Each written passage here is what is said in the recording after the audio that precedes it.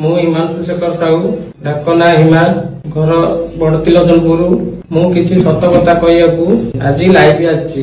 गत 24 साधारण निर्वाचन रे मु स्वाधीन विधायक प्रार्थी होइतिली। से विषय रे आज धर्मशालावासी को किछि तथ्य देबाकू चाहूछि। मु विधायक हेउतिली कहवा ठीक हबो नै। मते विधायक प्रार्थी करा जायतिला।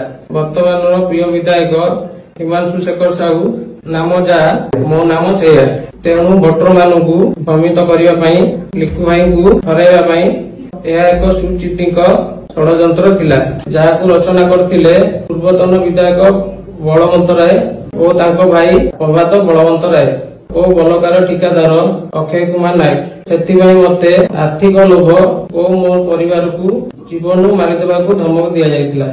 सेही समय करथिबा भूल को मु धर्मशालावासी और धर्मशाला प्रिय विधायक हिमांशु शेखर साहू लिखु भाई को क्षमा प्रार्थना करुछि। आशा करुछि से ताको बड़पण रे उचित क्षमा करदेबे।